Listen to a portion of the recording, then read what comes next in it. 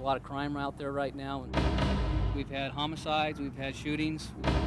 Pretty much the people we're dealing with run the gambit. Prostitution, thefts, the whole 9 yards. Almost every city has one, and almost every city would either like to clean it up or move it someplace else. A stretch of road where business always seems to be booming, but not with the kind of business most people like to boast about. In some places, they call it the Tenderloin. In others, the Combat Zone, the Red Light District, or the Corner Drugstore. And in the town of Tempe, Arizona, it's a long, hot stretch of asphalt known as Apache Boulevard. Game plan tonight is the same that we've always done.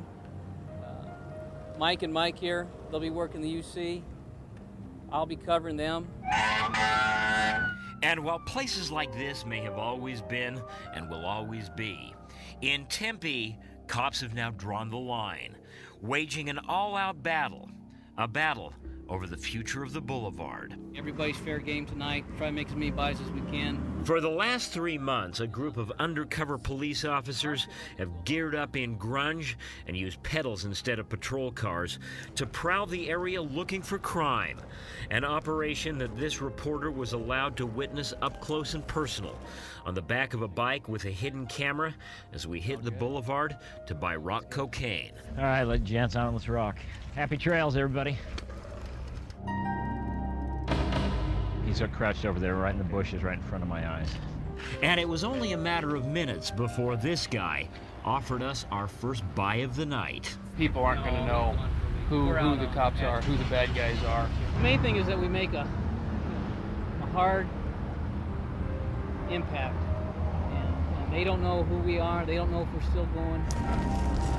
He's not going to bail out the front door or the back door. Clearly, this woman didn't know who she was dealing with when she offered to take the officers and me to the home of a man the cops believe may be willing to swap a stolen bike for a rock of cocaine. Who's all these motherfuckers around here? This is safe 3 weeks. Well, I don't know. I'm talking to you two. I don't need everybody but their brother here. But when 4 of us show up, the man becomes nervous. 2 of us back away, and one of the officers gives the man his bike. Later that evening, the man gives the cops $40 rock, which ain't much bigger than the 20. And you got that, you got that for your bicycle. That's right.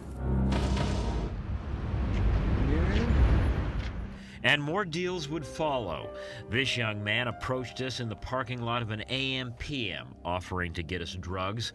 The officer with me gives him $20. He jumps in a car, and a short time later, he returns with the goods. Tony? Thanks. See you around. All right. It's our commitment to put a 3-month operation in and to get the type of buys and transactions we need to put people in prison so they don't come back out. And on our second night out with police, more of the same. More deals, more scores, more drugs. You guys make a difference out here? You know, you have to think you do. The ripple effect will last a long time. And while these officers were out on the street, other Tempe cops working behind the scenes for the last 3 months, putting names to the faces of those now alleged to be players in the boulevard's drug trade, hunting down their homes and their haunts, all in preparation of springing a trap that began slamming shut at 2 p.m. yesterday. We ended up developing probable cause for getting warrants and indictments against 40 people. This time, a small army of cops, both uniformed and undercover, assembled for the operation's payoff. And after a brief strategy session, it was back to the boulevard to start rounding up the suspects. What am I charged with? Wait, is this a sting bus like that? They were people we had come to know and others known only to the cops. Homes and apartments raided, and by late last night, Tempe's most notorious street had been pretty well swept. We were hoping for substantial jail sentences on the majority of these people so that they don't come back to not only our area but anybody's area anytime soon. But cops, by necessity, are also realists, and they know that in the future there will be other battles over other boulevards.